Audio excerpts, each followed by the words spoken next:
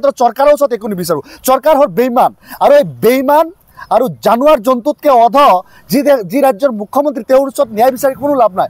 আমি এই ক্ষেত্ৰত ন্যায়ালয়ৰ হস্তক্ষেপ বিচাৰিছোঁ, যিহেতু ন্যায়ালয় ইতিমধ্যে গোৱালপাৰা জিলাৰ আশুডুবি অঞ্চলত যি উচ্ছেদ হৈছিল, আৰু সেই উচ্ছেদৰ সময়ত সহস্ৰাধিক ঘৰবাৰী ইতিমধ্যে ধ্বংসস্তূপত পৰিণত কৰিছে। আজি আমি আশুডুবি কৃষ্ণাই অঞ্চললৈ আহিছোঁ, আৰু ইয়াতে ৰাতিপুৱাৰ ভাগত এক গুলীয়াগুলী ঘটনা সংঘটিত হৈছে, আৰু বন বিভাগে অতি প্ৰৰোচিতভাৱে জনগণক গুলীয়াই চাকৱাত হুছেইন বুলি এজন 18 বছৰীয়া যুৱকক হত্যা কৰিছে। আজি যিসকলক উচ্ছেদ কৰা হৈছে তেওঁলোকক বাসস্থান দিয়াৰ কথা আছিল, তেওঁলোকক ফুড দিয়াৰ কথা আছিল। হাইকোৰ্টে অৰ্ডাৰ দিছিল 11 তাৰিখে, আৰু যেতিয়া উচ্ছেদ কৰিলে তেওঁলোকে একো নিদিলে।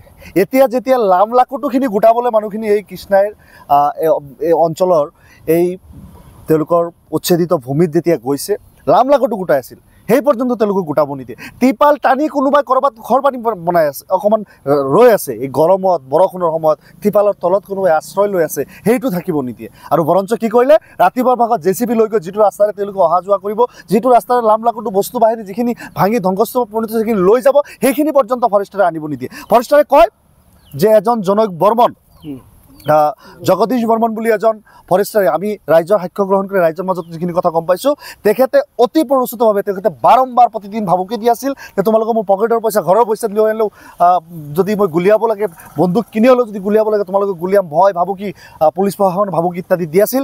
আৰু এই ক্ষেত্ৰত নিৰ্লিপ্ততাৰ ভূমিকাই কৰিছে নে কোনো বিশেষ ভূমিকা লৈছে এই জিলাখনৰ, এই এলেকাটোৰ DFO আমি তদন্তৰ আওতাত আনাৰ কাৰণে দাবী কৰিছোঁ। আমি এই ক্ষেত্ৰত চৰকাৰৰ ওচৰত একো নিবিচাৰোঁ। চৰকাৰ হ'ল বেইমান, আৰু এই বেইমান আৰু জানুৱাৰ জন্তুতকৈ অধ যি ৰাজ্যৰ মুখ্যমন্ত্ৰী, তেওঁৰ ওচৰত ন্যায় বিচাৰি কোনো লাভ নাই।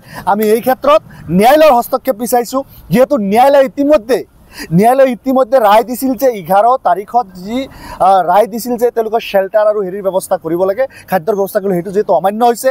আজি যিহেতু তেওঁলোকে লামলাকটো গোটোৱাত বা তেওঁলোকে ৰাস্তা পৰ্যন্ত বিচ্ছিন্ন কৰি দিয়াত এই এটা ঘটনা সংঘটিত হৈছে, আৰু এজন লোকক গুলীয়াই হত্যা, আন কেইবাজনো লোকক খুব গুৰুতৰভাৱে আহত কৰি হস্পিটেলত ভৰ্তি কৰোৱা হৈছে, লাঠিচালনা কৰা হৈছে ইত্যাদিবিলাকক আমি গুৱাহাটী উচ্চ ন্যায়ালয়ে আমাৰ এই আৱাজ তেওঁলোকলৈ পहुঁচক, আৰু উচ্চ ন্যায়ালয়ে বিশেষভাৱে ব্যৱস্থা লওক যে তেওঁলোকৰ ৰায় চৰকাৰে কি ধৰণে ভেঙুচালি কৰিছে, আৰু তাৰ পৰিপ্ৰেক্ষিতত যি ধৰণৰ ঘটনাসমূহ হৈ আছে, এই ক্ষেত্ৰত আমি আশা কৰিছোঁ উচ্চ ন্যায়ালয়ে বিশেষ ব্যৱস্থা গ্ৰহণ কৰিব।